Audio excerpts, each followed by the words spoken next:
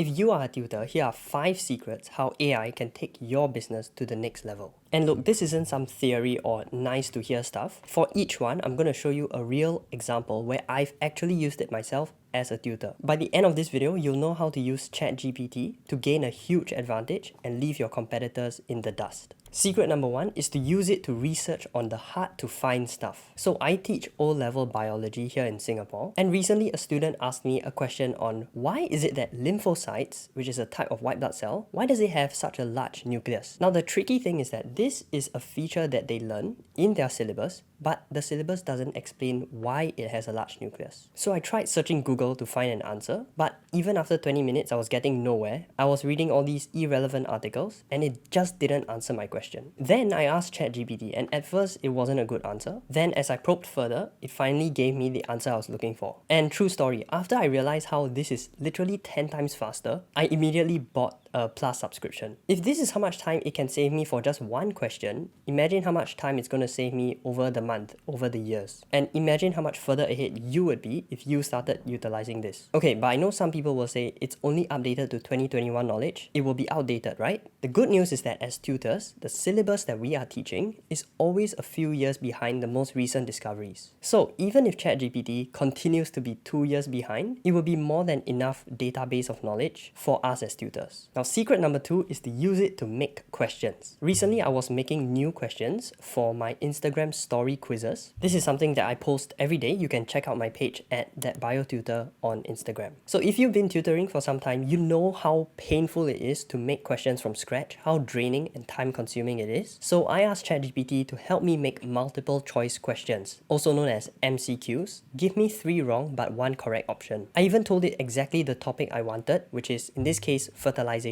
in plants. And you can even specify the difficulty or the syllabus. So I wrote Singapore O-level biology. But I didn't like the question it made, so I asked it to make another, and it gave me a completely different question of the same topic. And here's a tip for you. If you already have the question in mind, but you just want the options, you can tell it to make the MCQ using this as the question. And in my experience, it's always given me a more satisfactory question to use. And here's an extra tip. If you feel that the options are too difficult or too easy, there was once I felt the options were too easy, so I said, do it again but make it harder, and it really made all the options harder. Secret number 3 is linked to secret number 2. If you can make questions, you can also use it to check your questions. Like I mentioned, I was making new questions for my Instagram's story quizzes. You can check out ThatBioTutor on Instagram. And in making them, I hired a few of my past batch of students to come up with the questions for me, and then I would vet them before I approve it. But of course, I had to check and make sure they didn't make certain mistakes. Sometimes I wasn't that sure whether an option was wrong myself, so I put it into ChatGPT and asked it to check if it was made correctly. And what do you know? It works.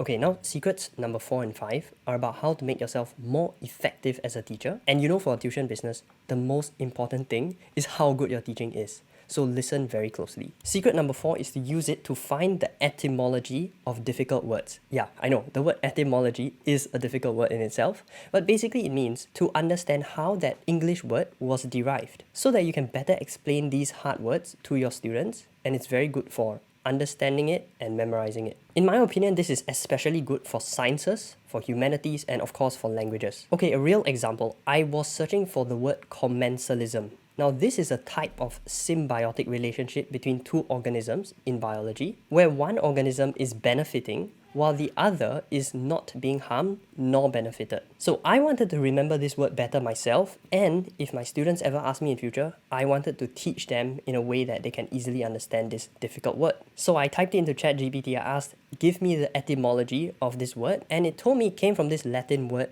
commensalis, which means sharing a table together. But I didn't see the link between commensalis and this meaning, so I asked it again, what is the etymology of commensalis? And then it told me com means together, which kind of makes sense because if you say come, you're asking people to come together, right? And mensa meant table. So it's like one person is at a table eating, meaning benefiting, and the other person is just sharing the table but doing nothing at the table. And this is just like how in commensalism, one organism is benefiting while the other is neither harmed nor benefited. Secret number 5, which is probably the most important one, generating analogies. This is especially good in sciences. Why is it so good? Because good teaching is all about connecting knowns to unknowns. When you use an analogy, you are connecting a known in the student's mind to an unknown. And that's why whenever I use them, I always have students saying, oh, I finally get it now. So recently, a student asked me to explain mutation to her. But if I told her, oh, it's when there are changes in the nucleotide sequence in DNA, she would not get it at all. Instead, I gave the example of an iPhone factory. So it's making iPhones, and every iPhone should be an identical copy if it's the same model, right? But maybe in one of the iPhones, there was a defect. Perhaps a piece of dust flew in and it messed up the circuit board. And as a result, due to this mistake in the production, it will not work as properly as it should. And so that's how mutations are like, when there are copying mistakes in our cell's DNA, and then the cell doesn't work as properly as it should. So I was curious if ChatGPT could come up with these kind of analogies. And true enough, when I asked it, it gave me an analogy of a typo in a book, which is not bad, but I prefer the phone one. So I asked it, do the same thing, but now using a phone analogy. And wow, it really gave me something close to the one that I taught my student. So there you have it, 5 ways to use AI to supercharge you as a tutor. Disclaimer, I have gotten wrong answers from it sometimes. So ultimately, we have to be the final checker, and we cannot accept all the answers as gospel truth. I know that, especially for tutors older than me, there can be some fear and resistance to the AI revolution. But you have to realize, if other tutors are using it to do their work faster and teach better, in a few years, you will be left in the dust. So my message to tutors is, don't fear AI, embrace it. Hey, so if you are a tutor, my mission is to provide the best and most helpful content specifically for tutors like you for free, because I want you to win. So go watch this next video here.